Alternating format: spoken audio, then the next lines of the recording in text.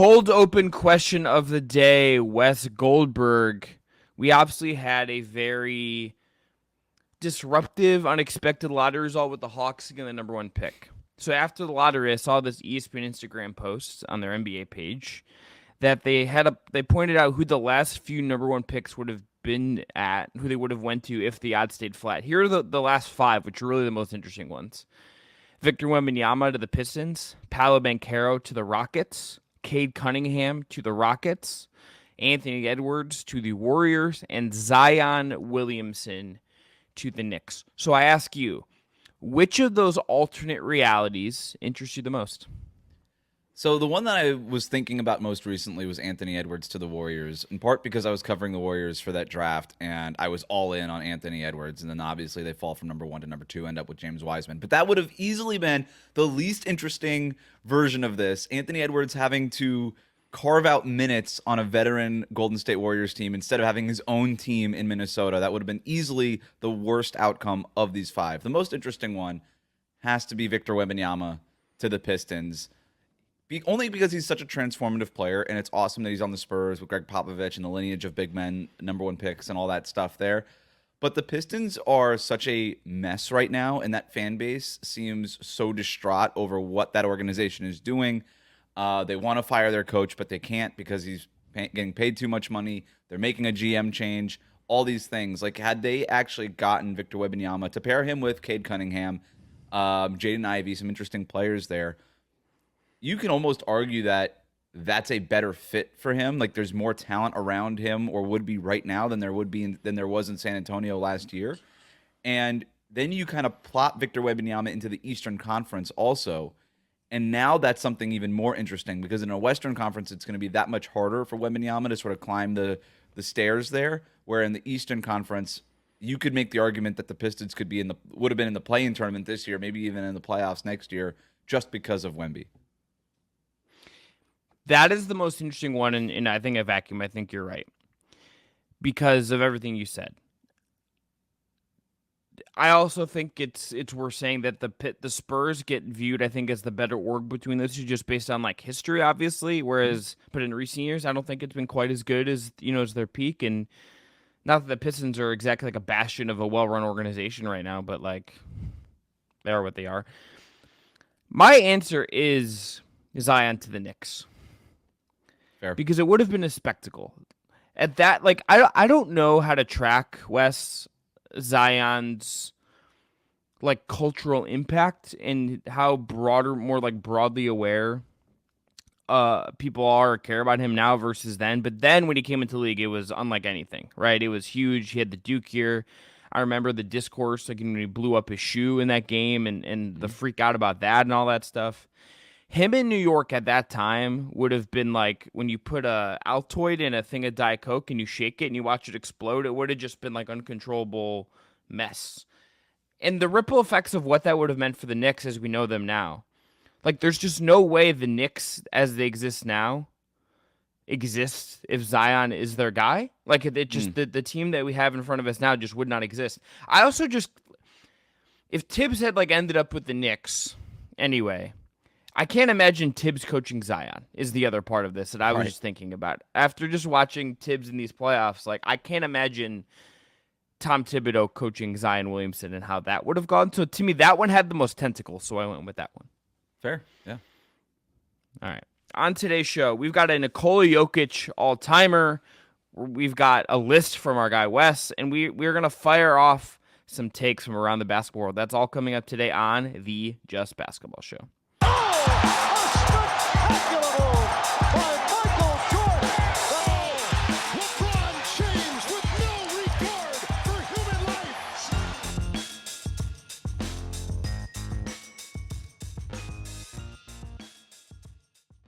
Hey there, welcome into the Just Basketball Show for Wednesday, May 15th. I am Chris Manning. That is Wes Goldberg.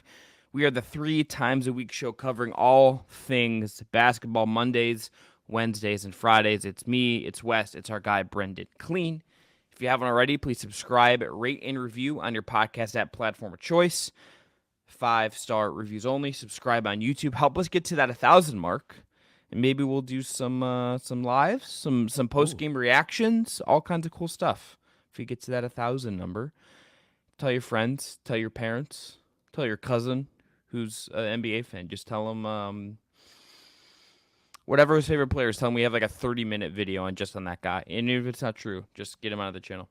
I want to tell you about our friends at Homage as well. Homage is an ultra-comfortable specialty apparel company with NBA and WNBA licenses. They use its vintage-inspired designs to pay homage to the greatest stories, traditions, and figures across sports, music, and pop culture.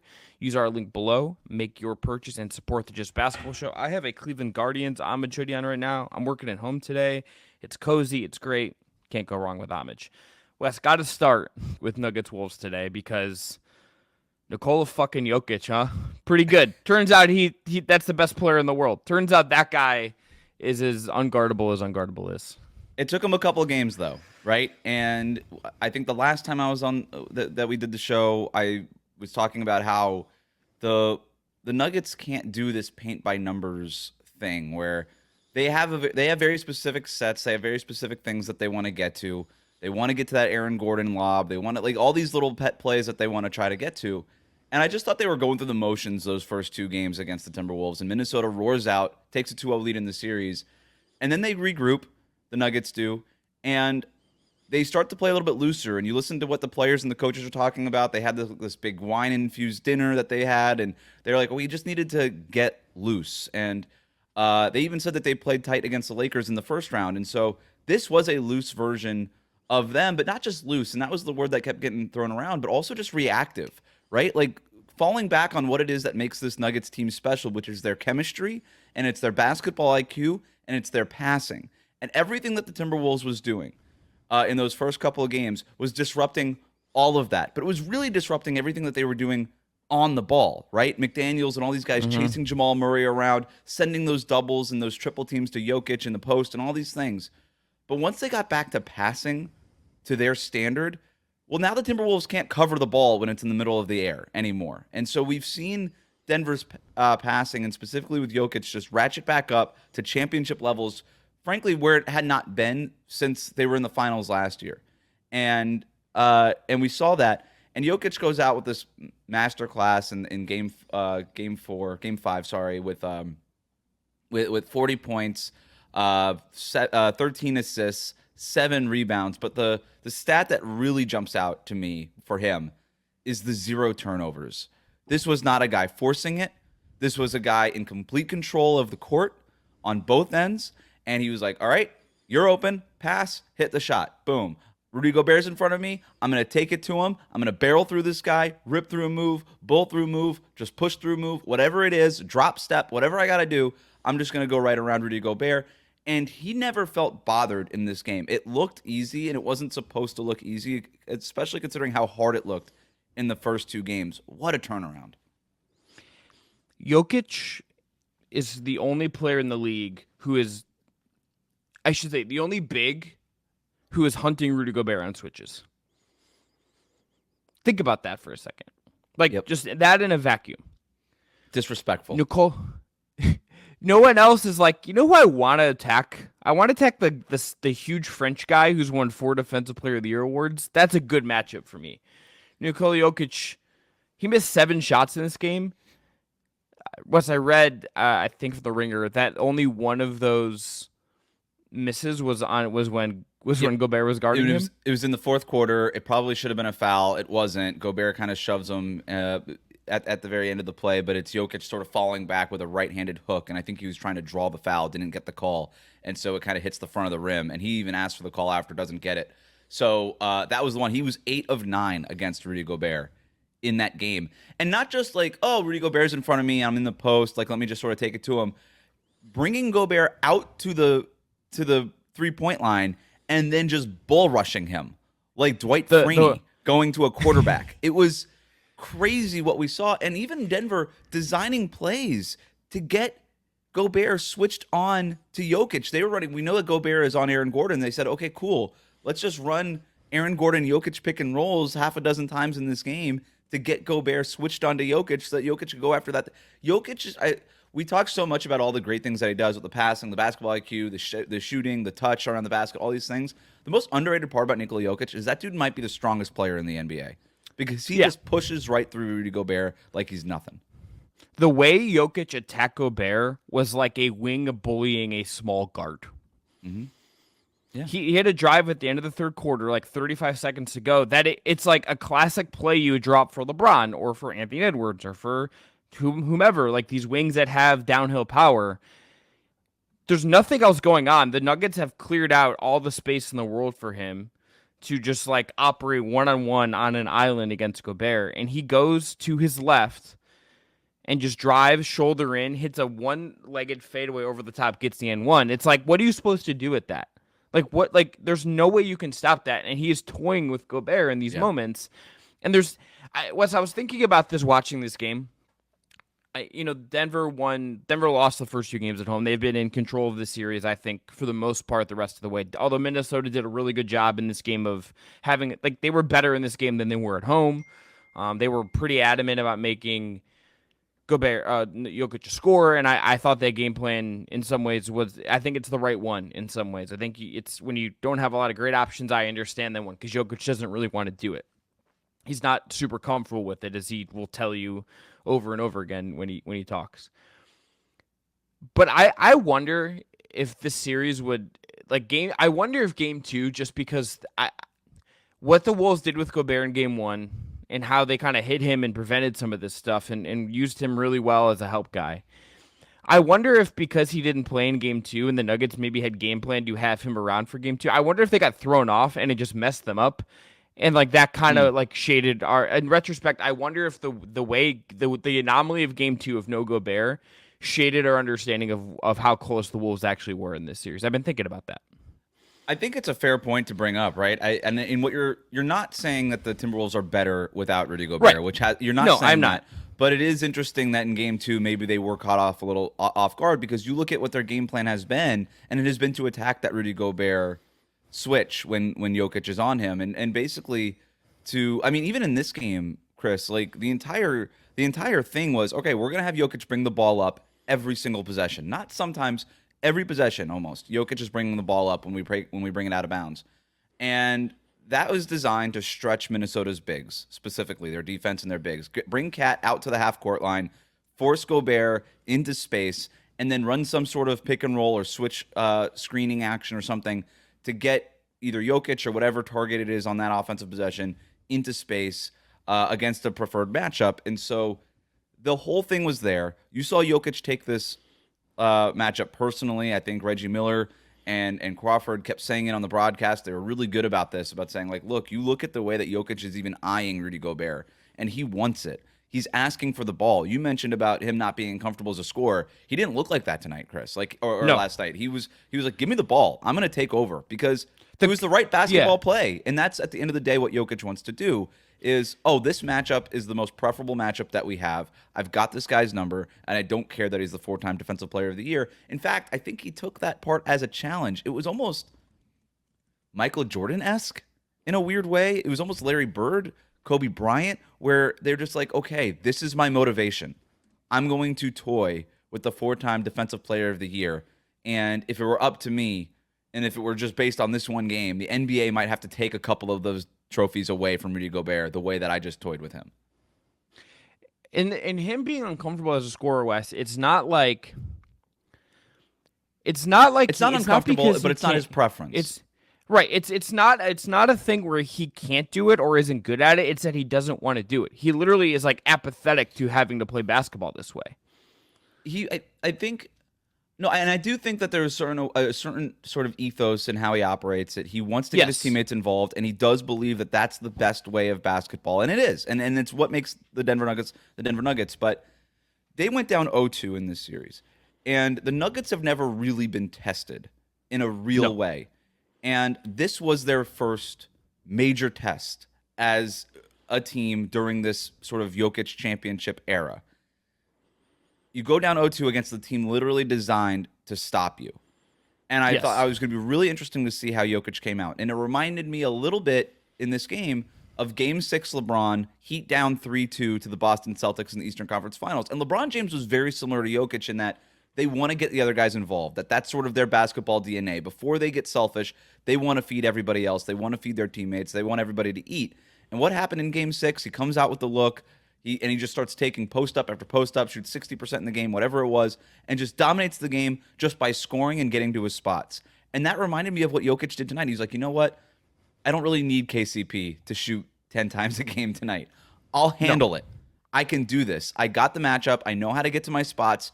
Everybody get around me, help me get to my spots, and I'm going to take us home with this one. And so I thought it was maybe the most important performance of Nikola Jokic's career based on everything that we've seen. And the fact that now the Nuggets are up 3-2 in a series that they were previously down 0-2 in.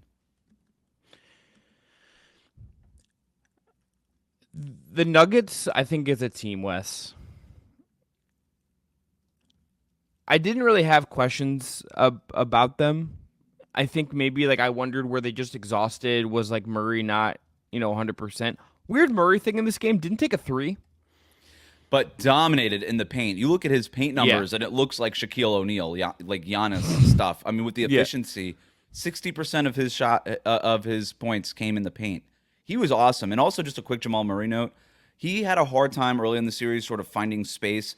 No, I noticed something in this game where they're running more double screens, staggered screens, and stuff like that. And Murray is going wide on all of those screens, and it just sort of stretches Minnesota's defense a little bit more. And so it kind of goes back to that point with Jokic bringing the ball up, and that sort of stretches Minnesota's defense vertically, where I thought Murray was stretching the defense horizontally, and all of that creates more space and all these things. And I just think that was a focus from Michael Malone is we got to try to figure out a way to stretch this defense in every other way because that length is so overwhelming when it's in tight quarters.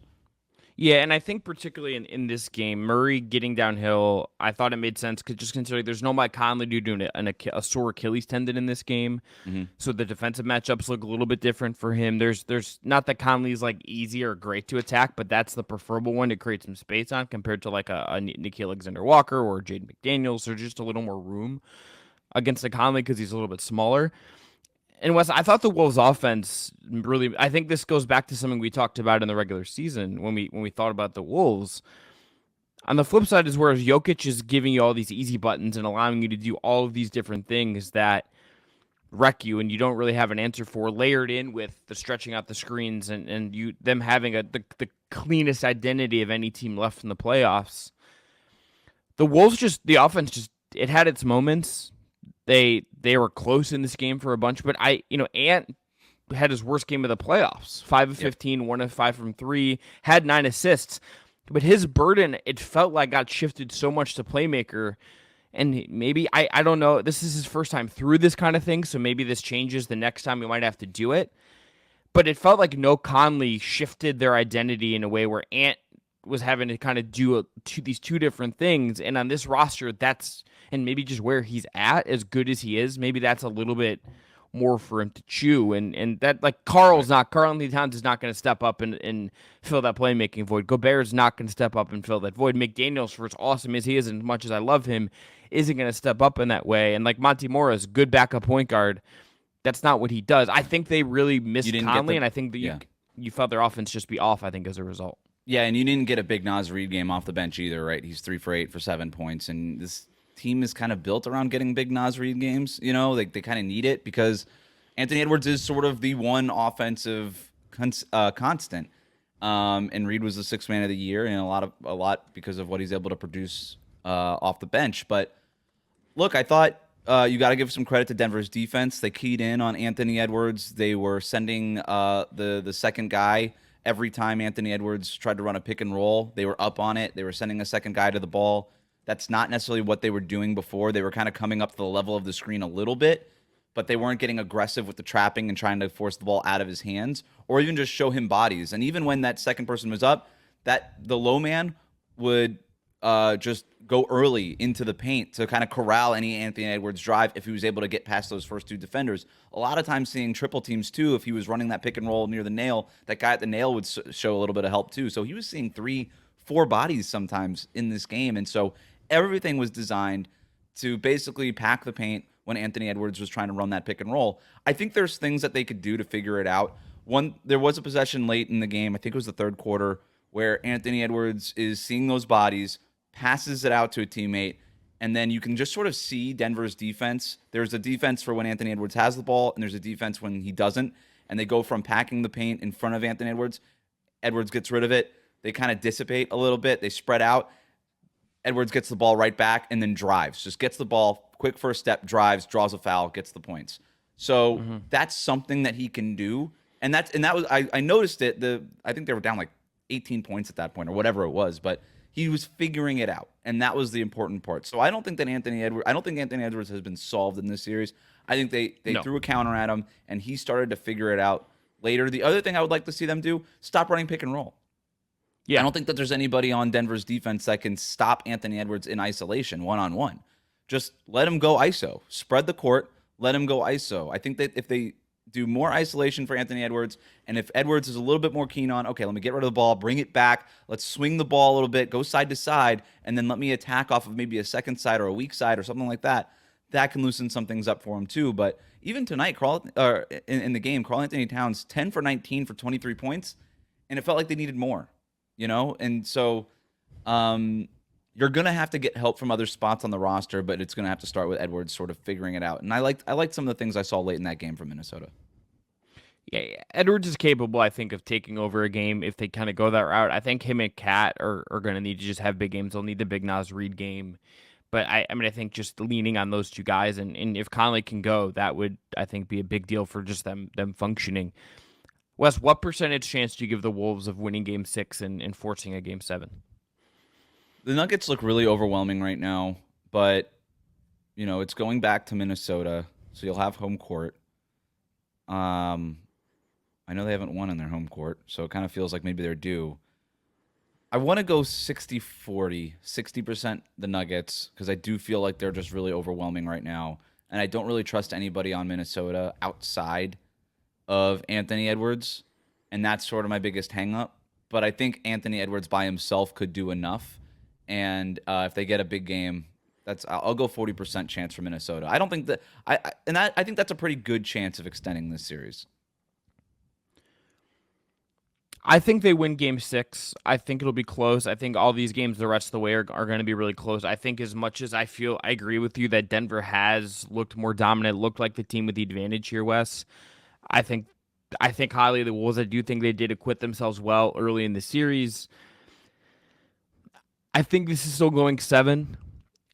Wouldn't shock me if it ended in 6 just because of the Nuggets being so overwhelming. But I think back at home, I think we get 7. I favor the Nuggets. I think the Nuggets are winning the series. I think we've kind of shifted back to where they're in control, even if they lose a Game 6. It would take something really drastic for me in Game 6, an injury, maybe just like an insane Ant game where I'm just like, okay, holy shit, this guy is just undeniable.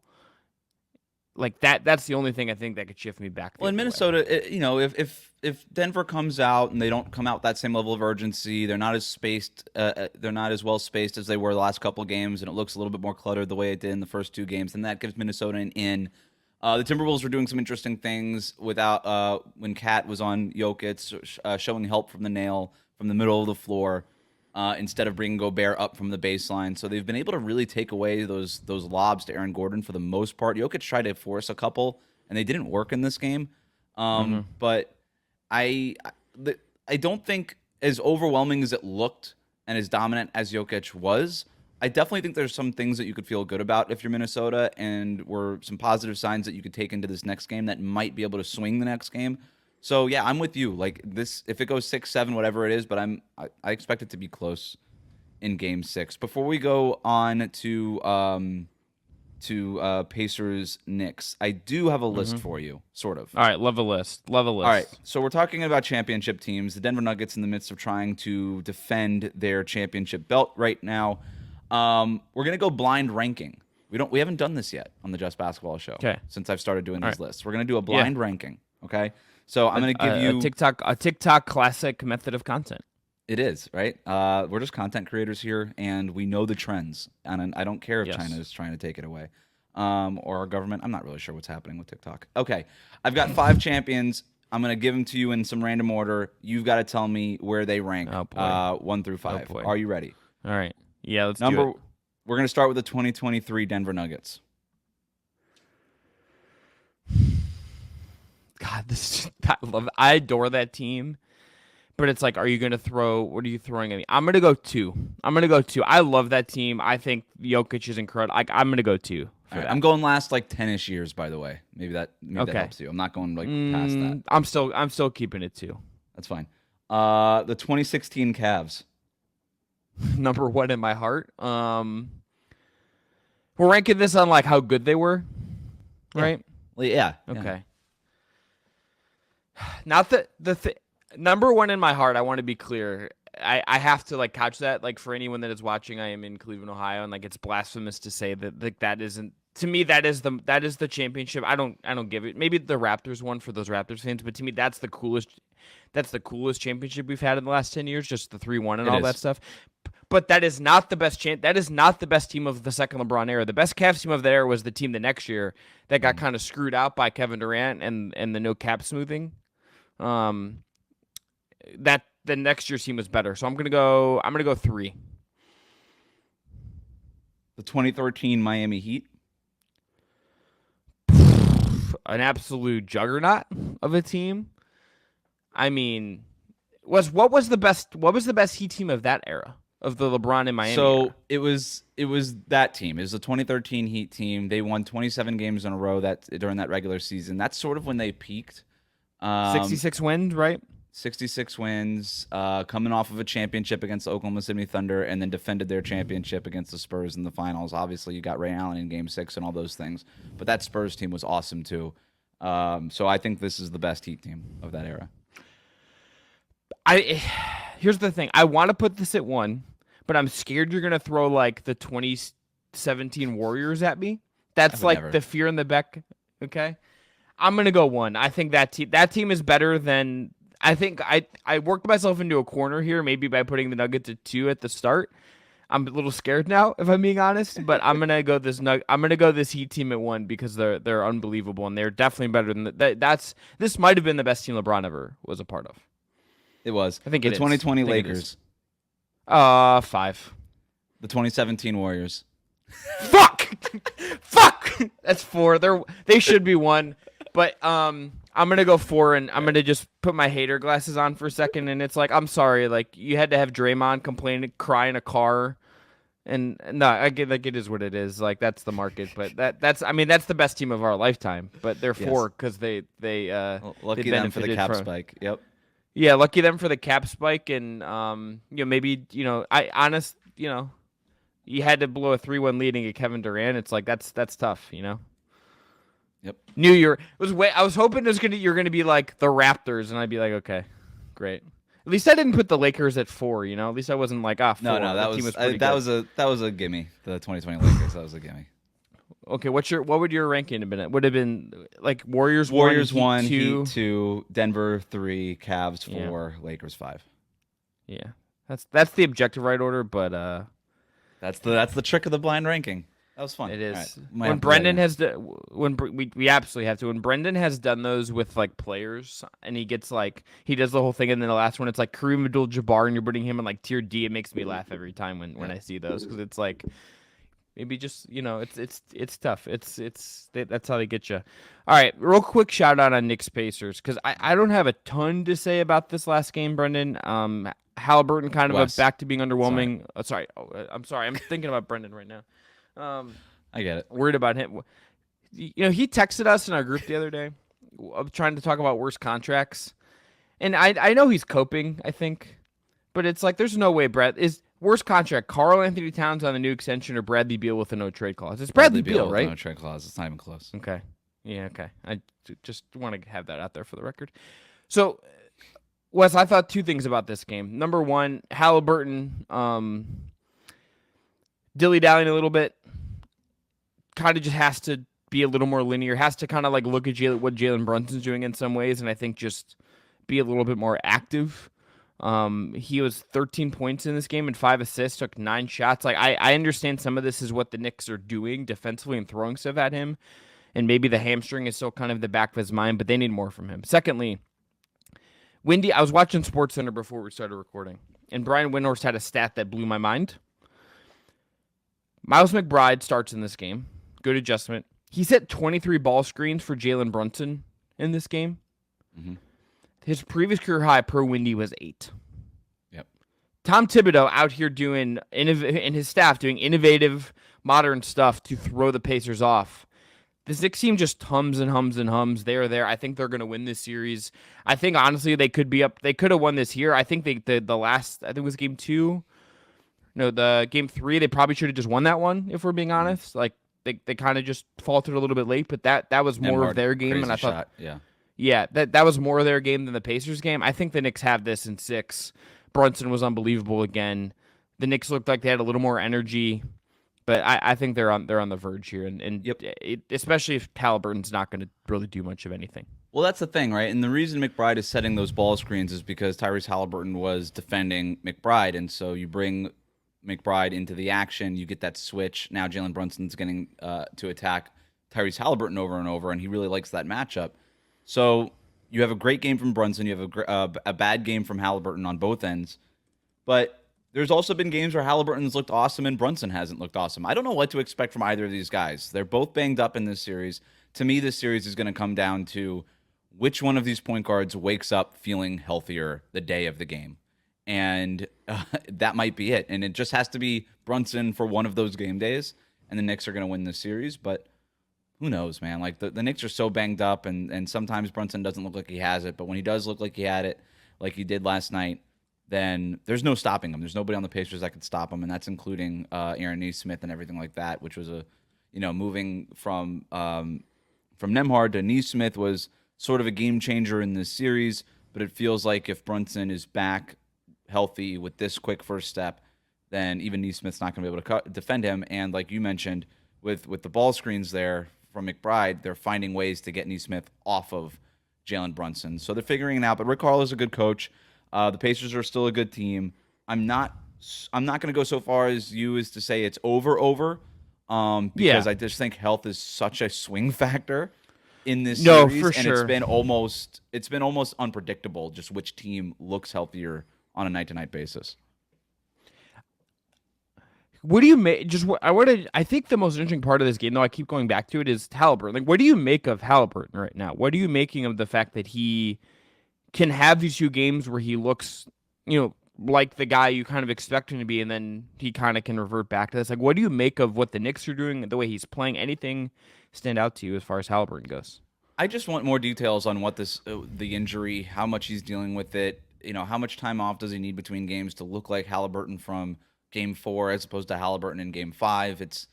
I don't know. I just think that he's still an awesome player, and I don't think that this one game should be an indictment on who he is as a basketball player, because he's clearly dealing with some stuff here. So that's my only takeaway from Halliburton. I think if you're the Pacers, win or lose this series, you got to feel good about the direction of where this franchise is going, and the star player you have in Halliburton.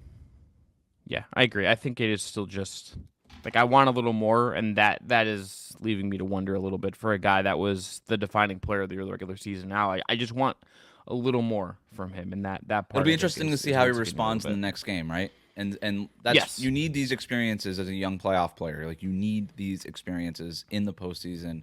Okay, they're keying in on me. They're designing stuff to get me switched onto their best player. How are we going to take care of this? How am I going to adjust? This is all going to be an important experience for him.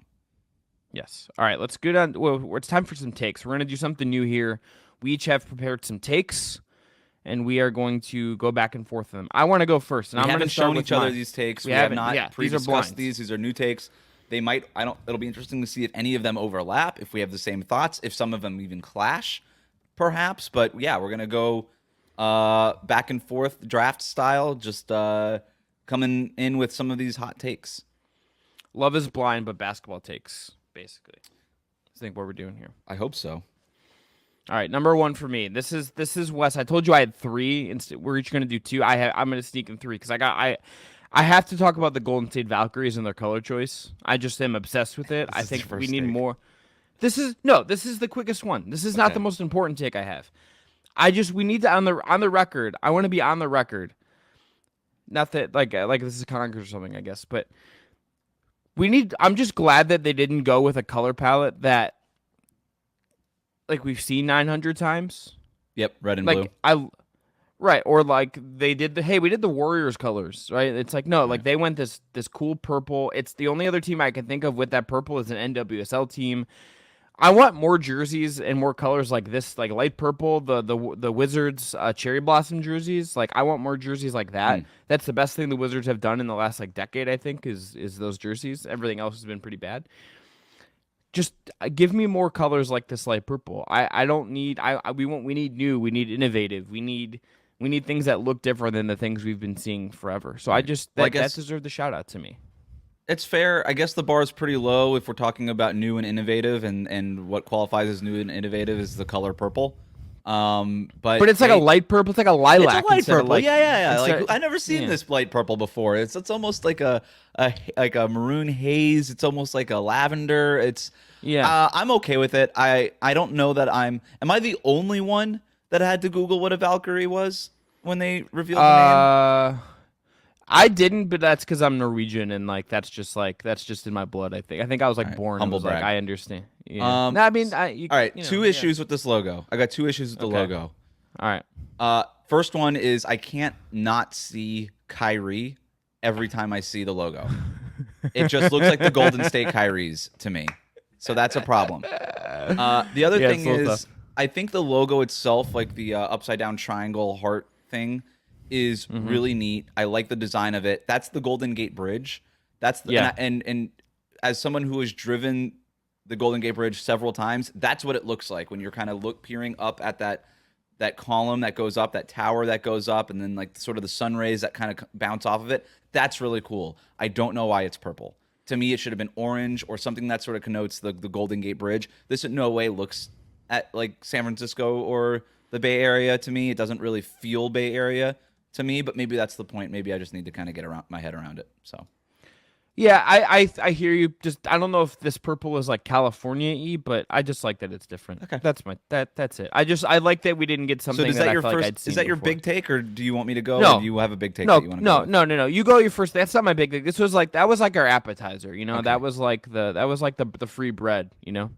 All right, well, let's jump in.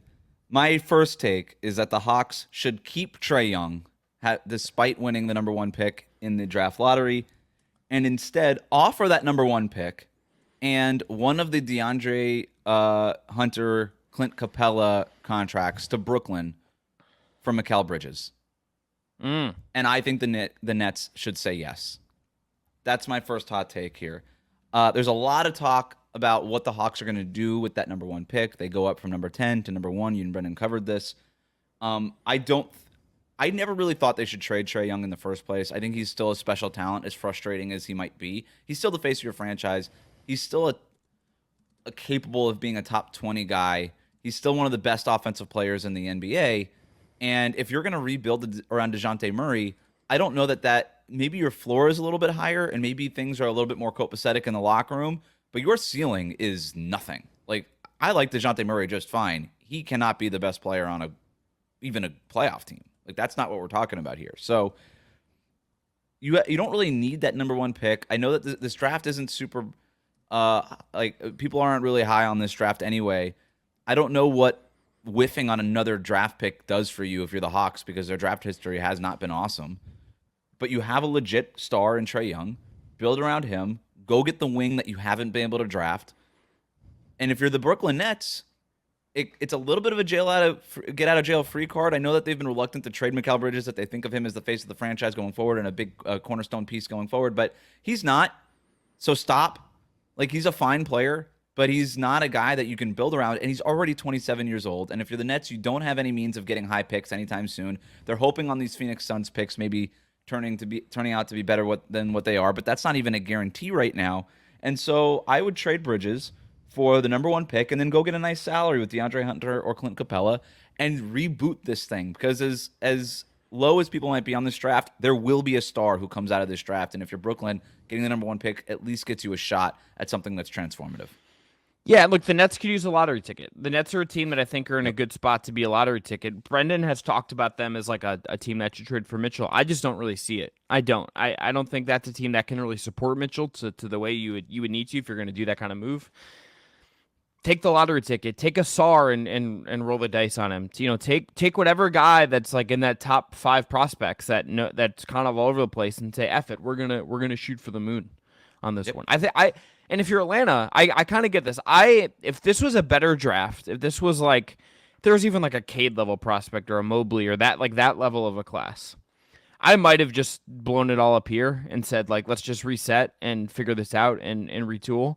That's not really what this draft offers.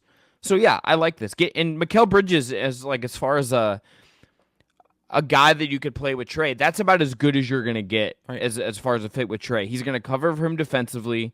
And what is the biggest issue I think we've seen with Bridges? There's a cap on how big his offensive game can be as him as a lead guy. You want to talk about a guy who's gonna like make his offensive role make sense while still maybe allowing him to play make some. It's him with Trae Young. As far as like where he could go this summer, that's a great fit I think for what Mikal Bridges is. And you could still pull that DeJounte Murray lever, and you would trade DeJounte Murray this summer for some other assets and some other things, but you would be building around Trae Young and Mikal Bridges as opposed to around Trae Young and DeJounte Murray. We know that the Murray Trae Young thing doesn't work, but to your point, Chris, like Young and Bridges, that makes sense on paper, and I think it would make sense in real life too. Got to get DeAndre Hunter out of there, and I think probably DeJounte Murray out of there. Did you see, by the way, that DeJounte and Trae did a podcast? Like, I don't know which one of them's podcast it is. Yeah, I think Trae Young is the one that has a podcast, and I can't keep track of all these podcasts, and quite frankly, I really don't care. But they're like our friendship is deeper than basketball. Our friendships, like we hang out sometimes, and you're like, all right, cool, like. I don't believe anything they say. And was that the problem? I don't think anybody thinks the problem is that they don't get along. Like that's just it's such like a basketball player thing to do. It's like I don't know why people don't think we could play together. We get along great. And like we never thought that you guys were fighting. You guys just don't work together on the court. No, it's for like the weirdos on Instagram who are like obsessed with like player friendship and like understanding that these guys don't always get along and aren't you don't have to be best buds to like win titles. That's not really how this works. No, I mean, it helps, but also, what helps is when there's not redundancies on the roster and there's meaningful differences when you guys are on and off the court and you guys are able to play together, but we had questions when they got together in the first place. None of this is shocking. Yeah. I love this take. They should. I think I agree. I think I agree with you on this take. I don't even know. I think this just is the logical way for Atlanta to do some things, but I think regardless, like, this feels like a reset team this summer. And then like from the Nets perspective, it's like I understand not trading Mikal Bridges for a couple of picks that you don't know where they're going to land, but somebody's sitting here offering you the number 1 pick in the draft. I think you almost have to take it. Well, and let me ask you this: what is the Nets' identity right now? Like, if we were going to say what is their path, what are they doing? I don't think they have one. And even from a business perspective, Mikal Bridges ain't selling tickets. But the number 1 pick, you could sell tickets. Like, you could sell tickets on, we just got the number 1 pick in the draft. You could sell tickets on hope. Whether or not that player becomes good or not, you could sell tickets on hope. A new thing, something exciting. People will buy more tickets with the number 1 pick there than they would Mikal Bridges there. And I don't know how much that matters, and it probably shouldn't matter that much in a basketball operations standpoint, but it is just a bonus. And they need to shake it up. And I don't know that as good as Mikal Bridges is as a basketball player, losing him isn't going to set your franchise back a meaningful amount. You know what I mean? Yeah. So I think that's invest in the law. Yeah, you got a new head coach who is one of the leading offensive minds on the league as far as assistant coach, and Jordy Fernandez. Lean on that guy, build with that guy, get him the kind of young player he wants at number 1, and go from there. I love this take. All right, my first one, Wes. NBA draft combine season's going on. I'm not going to talk about Bronny. We could have had one about that. I'm looking at Zach Edey and I'm looking at Donovan Clingan. These 2 centers that are going to go different levels of the lottery. It seems like Edey is going to be a lottery pick based on the reporting from ESPN and others, which for him, good on you for going back to college for you're kind of being the same guy and maybe improving some stuff. And you went from like 2nd rounder and like not a great contract to like lotto pick. That's good on you. But my take is this. NBA, they are both talking about how they can shoot threes and trying to showcase that they are spacers at this combine. My take is that I think we're getting a little too weird with this, needing every single center to shoot threes. I don't need every center to shoot threes. I would rather a center be like a Derek Lively who can block shots and screen and do the stuff you actually need a center to do and provide that structure than just space for the sake of spacing. Like centers who just are going to take threes and they aren't like great at it, I don't think it's always as additive as people think it is. I understand it as far as you want to create space, you want to stretch, but you don't have to do this. And I think guys are working themselves into this because they think they need to.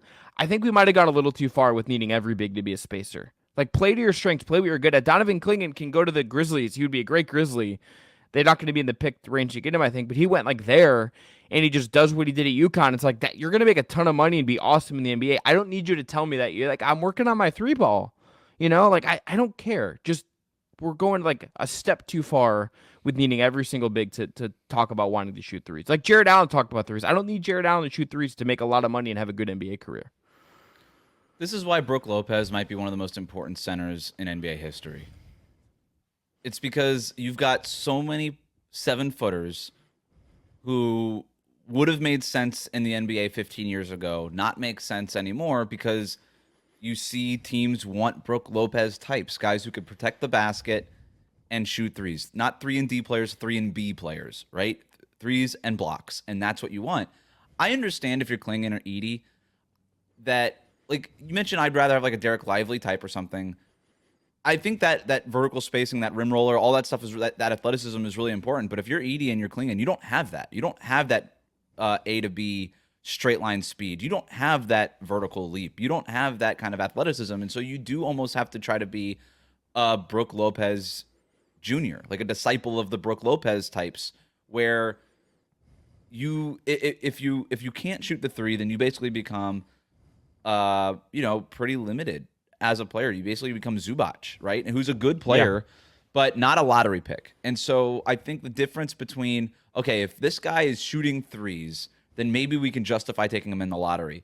Because if he's not spacing the floor for us, then he gets played off the floor a little bit. We do have concerns about whether or not he could switch out onto the perimeter and pick and roll. Is he going to get played off the court at the NBA level? The only way to figure that out is to get him to the NBA level.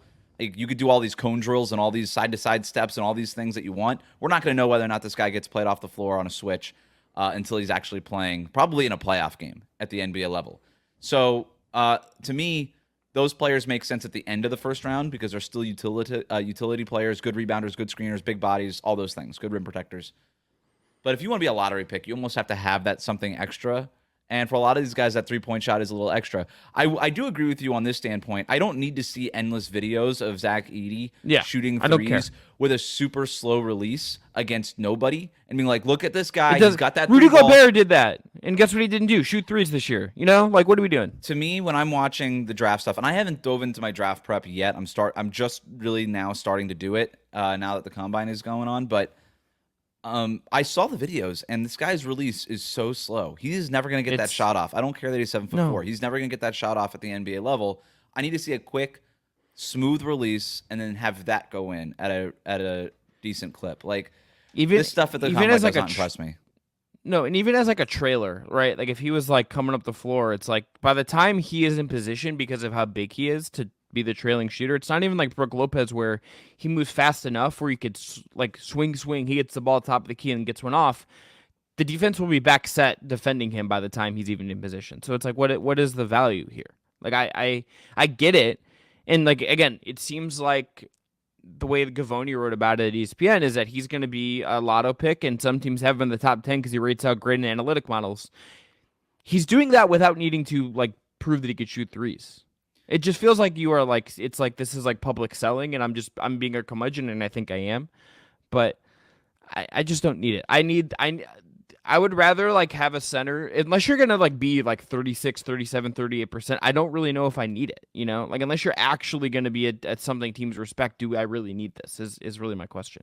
And there's a chance to develop that at the NBA level, right? And I understand wanting to show it in the draft process, so maybe. You know, you go a little bit higher in the draft, you make a little bit more money, your rookie scale contract is worth a little bit more. I understand why the players are doing it.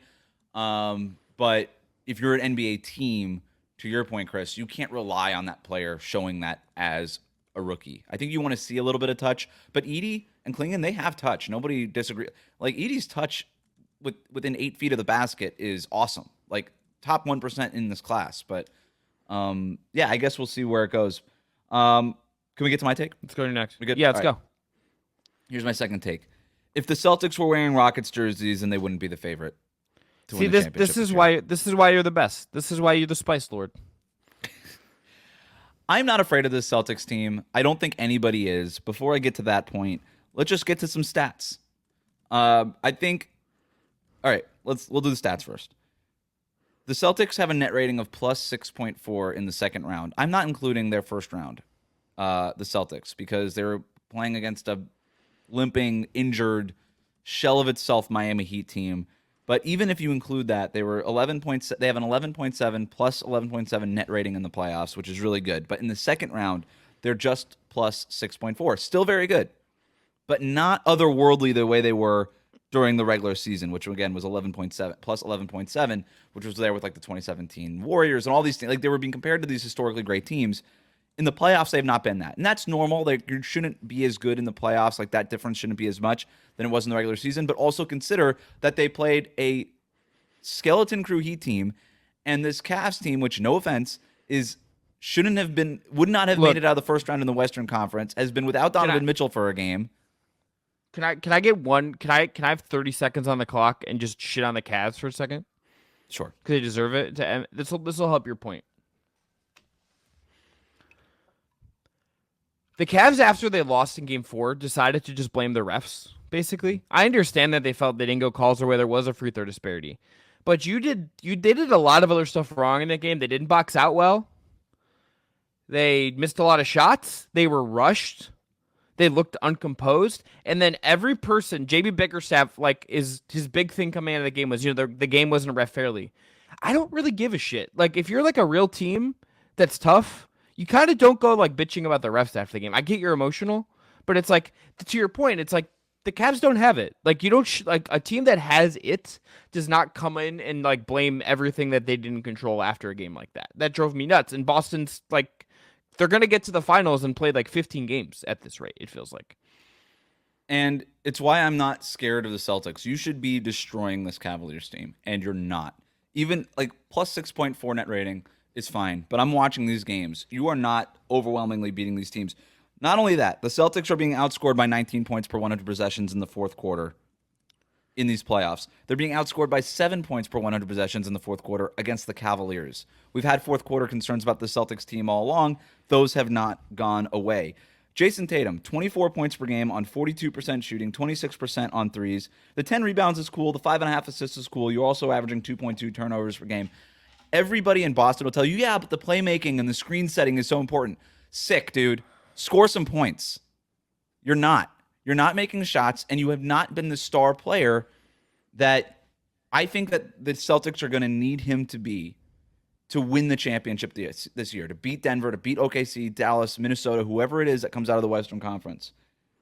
The numbers have been dominant. I don't think, and they've been dominant in the way, again, compared to the 2017 Warriors, the Michael Jordan Bulls. The biggest difference between those Warriors and those Bulls and these Celtics, miss me with the net rating stuff, all right? I like stats just as much as the next guy, but at some point, opponents were terrified of Michael Jordan. Opponents were terrified of Steph Curry. When Steph made 2 straight three-pointers, the game was almost over. Like, it would just... What that did and to worm into the opponent's brain and just be like, oh my God, there's no answer for this guy, was debilitating. There is nothing about this Celtics team that feels debilitating at that level. Jason Tatum does not strike fear in you. Jaylen Brown does not strike fear in you. Derek White does not do that. I think as a collective, they're very impressive, and they can get on these avalanche runs, and I think Celtics fans would tell you, well, it's a collective group, and they can hit 23-pointers in a game. Again, sick. That's awesome. They rely on it too much. There's nothing that strikes fear in them. And to me, that matters now that when you look at their net rating and how they've performed against lesser competition than their rivals in the Western Conference, who have the same net rating against much better competition, and they do have something that strikes fear in you, whether it's Shea, Luka, Anthony Edwards, Nikola Jokic. That's an element that the Boston Celtics don't have. And I go back to the original point I made. I think the scariest thing about the Boston Celtics is that they are wearing Celtics jerseys. They are a good team, but I think we inflate how good they are based on the history and what that jersey means. If you put them in Houston Rockets jerseys, I don't think anybody's scared of them. And I think we look at them more as maybe a regular season juggernaut that doesn't have the bona fides in the playoffs. But because the Celtics are associated with playoff success, I think we view that team a little bit differently. I love this take. I would love to have seen them have to do in this playoff run, Wes, deal with what Denver just dealt with the Wolves. Obviously, they still have to get out of that series, but they got knocked down in the first 2 games. They were the boxer on the ground, getting counted, have to get back up, shake off the cobwebs, and get back into the fight. They've never had to do that this series. The 2 games they have lost, you could basically look at the Heat game 2 and Cavs game 2 and say that was about the Celtics taking their foot off the gas. That didn't really teach us anything. They didn't get pushed. Those losses were more about the Celtics' losses in the playoffs so far are about what they didn't do more than what any team did to them, in my opinion. And I know this is going to come off as like me just being like a sour Miami Heat guy, and maybe a little bit of that. Just post a photo. Just post a photo of you sitting in front of the water, being like, I think you're fine. That's sorry. It. You're good. I don't know. I've not been. This team doesn't move me in the way, and it doesn't feel like a championship team the way that it needs to. And Eric Spoelstra talked about this after the series lost to the Celtics. He said we weren't ready to play Boston. We needed to get through some real playoff challenges and some adversity before we were ready to face the Boston Celtics, because they are, and I want to make this clear, a very good basketball team and could very well win the championship. I'm just telling you that we are inflating how good they are with how good they versus how good they actually are, and I think how much teams, the other teams, actually fear them. It is clear that Cleveland does not fear them. Donovan Mitchell thinks he's the best player in that series, and by the way, I think he is. He might be. Yeah. So he's certainly played like it when he's been healthy. So they don't have that fear factor. They don't have that thing that's going to overwhelm you. And I don't think, again, going back to your point and what Spoelstra was talking about, whatever team they face, because they're going to make the finals. So whatever team they face in the finals is going to have dealt with real adversity and stuff that makes you grow in the playoffs. And to me, this Celtics team doesn't feel any different right now, halfway through these playoffs, than they did in the regular season. Where this Denver Nuggets team, this Timberwolves team, OKC, Dallas, they feel tangibly different in a good way, improved, have gone through something, have gone through adversity, have learned about themselves, and have kind of come out of that by being a better team. The playoffs aren't just about which team is healthier and which team gets to the final. That's not the only thing the playoffs are about. The playoffs are a place to learn something. The playoffs are a place to grow. There is nothing like the playoffs to grow. And I don't know that the Celtics, even though they were the best team during the regular season, by the time they get to the finals, they might not be the best team anymore because they have not had to grow through anything. And part of that is the competition, but part of that is on them too. They can grow with less competition, and it doesn't feel like they've done that. I'm all in on this take. This is a great take.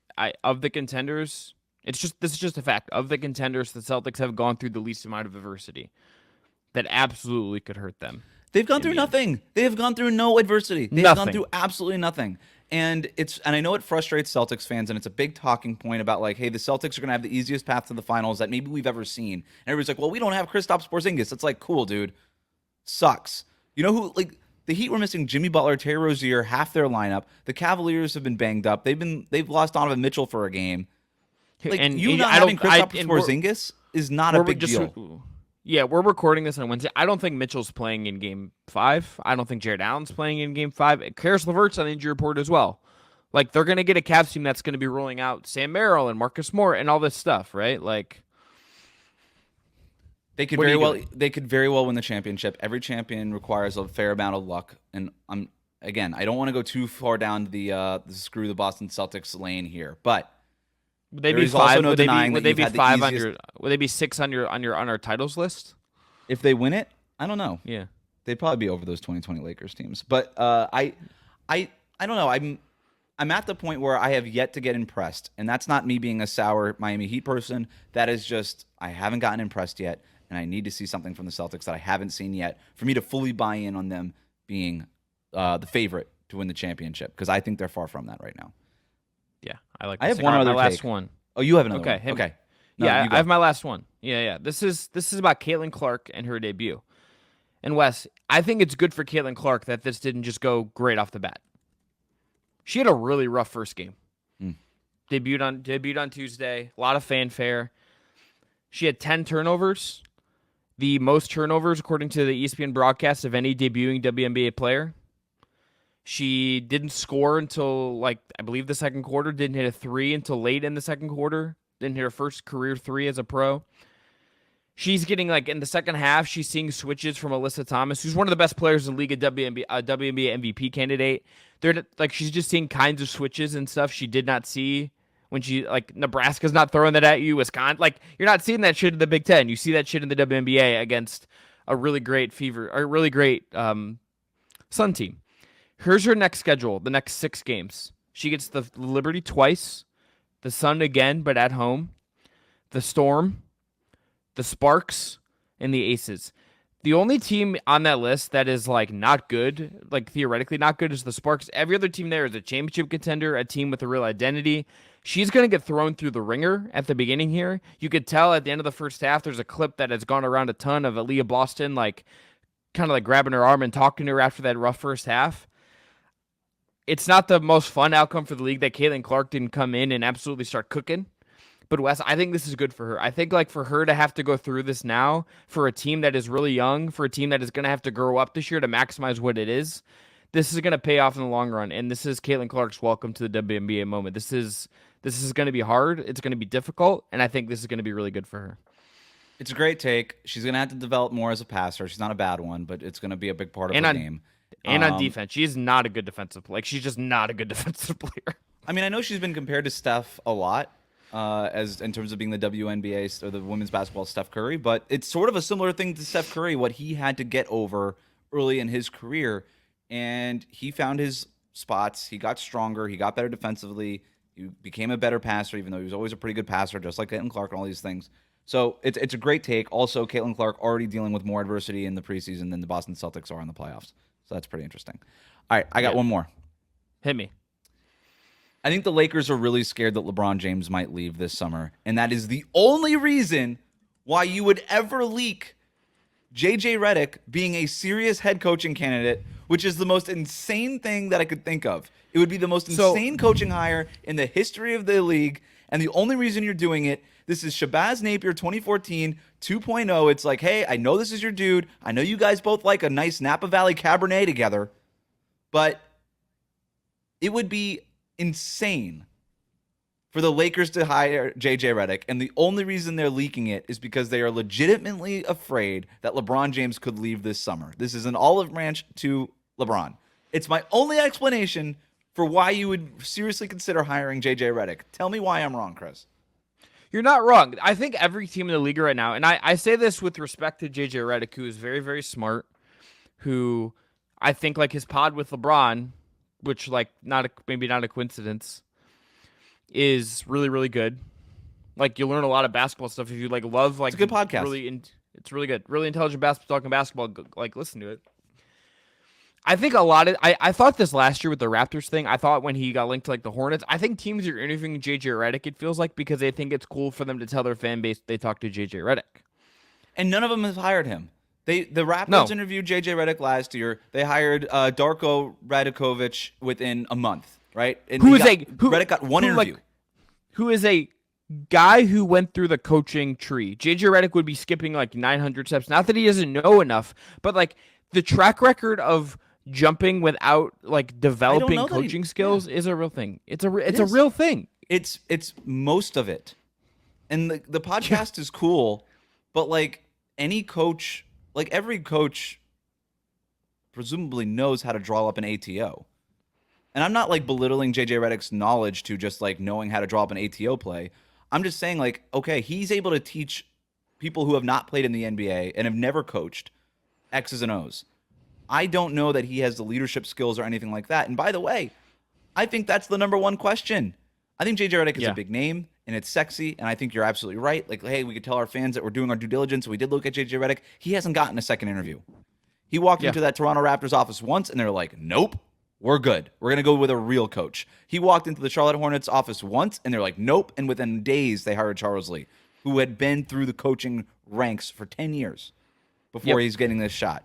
You need a coach. You don't need a podcaster. You don't need somebody who's good in press conferences. You don't need A guy, again, it's really cool that he's able to teach X's and O's and all these things and teach us about terms that maybe we didn't know before. But every NBA player already knows those things. So that doesn't help those NBA players. That is not a value add in the slightest, right? And so yeah, the Coach K part of this is interesting too, that he's like consulting on this. Like I don't understand what that meant. I don't understand what's going on. Yeah, I coached him at Duke. He's cool. It's like, is that your advice, dude? Is he? Yeah. This is. I hope he's getting lots of money. I cannot believe that the Lakers are actually leaking this as a serious person. Now, James Borrego is on that list. They could be looking at Heat assistant Chris Quinn, who has a history with LeBron James.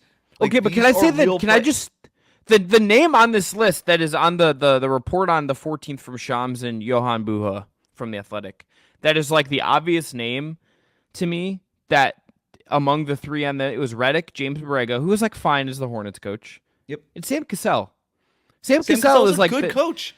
Sam Cassell he fits the if you really wanted Ty Lue and you wanted to tell me who like the next kind of Ty Lue mold coach is, it's Sam Cassell, who's been around the league forever, has been around multiple organizations, knows what he's doing, been around tough stars, as shit, well respected, has gone through the coaching ranks.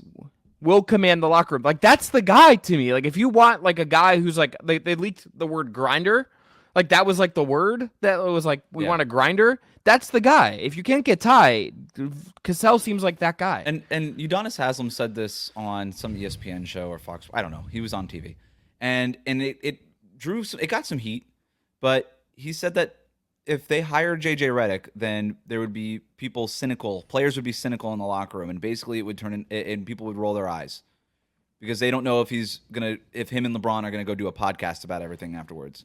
And it sounded like just like a hot take for the sake of hot take, and maybe some sour grapes on Udonis Haslem, and who did do the whole thing of like trying to put his guy into the mix, into the conversation. People thought he was just trying to get his guy Chris Quinn a better look at the job, and he probably shouldn't have done that part. But he was right about the Redick part. Players will roll their eyes at JJ Redick, and I don't want this to come off as an anti-JJ Redick thing. It's just sort of like he has not come up through the coaching ranks. He doesn't have that experience, and he is a media tycoon right now, and he's done an awesome job creating this lane for himself, but nothing about this screams head coach, which gets me back to the point, Chris. The only reason why the Lakers are doing this is because they must be legitimately scared of LeBron James walking away this summer. I remain skeptical. I don't think that LeBron is leaving. I think all of this noise is just him posturing for the best contract possible to try to get a no-trade clause, to do all these things that he wants with this next contract. But I think he still wants to play for the Lakers, and he wants to finish his career in Los Angeles. I remain dubious that he would leave. But the only reason I can come up with why the Lakers would leak Redick as a real, serious head coaching candidate is because they're more afraid than even I am that LeBron might leave this summer. It's the only reason I can think of. So that's my last take. Yeah. Why did you make any? We're gonna have a TikTok up about this that I'm narrating, but shout out to our new guy Edey who's helping us do some of this stuff over on our TikTok, and we'll throw it on Instagram as well. So give us a follow. But did you make of him being in Cleveland? Did you make anything of that? I made a little bit out of it. Again, I think all of this that LeBron is doing now is posturing in terms of trying to get the best deal possible from the Lakers. But we'll see. Maybe it ends up being a big deal later on. I think it's got to be about coaching or Bronny, because we think we already know he's getting the money he wants, and we think we already know that they're going to make trades to improve the roster this summer and go for a title. So what is the thing that he wants control over? Would it be the coaching search, or would it be his son? I don't know. Both. Yeah, why not both? Because I don't believe he's ever. I do not believe. I could see like last year of his career, he's a Cav again. I don't think he's doing it now. They would have to gut the roster to give him the kind of money he's going to want. I saw it, and I did go to the trade machine, and something I toyed with was LeBron opts in, so that he could just be traded Garland and Mobley for LeBron, and maybe a pick. And now and then you convince Donovan Mitchell to stay. So you got Donovan Mitchell, LeBron, and Jarrett Allen as your top three. That's a good top three with a pretty solid bench. You still got Max Strus, Dean Wade, Niang is there. You got some guys. Karis LeVert. Is Levert when you get to Levert and Yang though? Is that better than what he just had with the Lakers? Like I don't think Well, so. you've You know, got that's kind you've of the got problem. Donovan Mitchell, who makes more Yeah, it's sense in true. terms of a two-man game thing, and Jared Allen is a good rim running center who could protect the basket and stuff like that. I don't know. And more importantly, you're in a much easier Eastern Conference. Like Sure. that Cavs team doesn't win the West. That Cavs team could win the East next year. Maybe he just wanted to see the Celtics up close. Yeah, Be he's like, like, yeah, do I really need to maybe do I I could need to fill in fit, this Jalen Brown can, role. can I play with these guys and go at this team? I don't know. It's a good question. All right, there's our takes. Wes, as good as always to be with you, my friend. That's going to be it for Wednesday, May 15th episode. I'm Chris Manning. That is Wes Goldberg. Wes and Brendan back with you Friday. Post Nuggets, Wolves, among other things, Game 6. We'll talk to you then. Shout out to our production team as well. Follow us on TikTok, Instagram, everywhere else. Have a great Wednesday, everyone. Enjoy the hoops.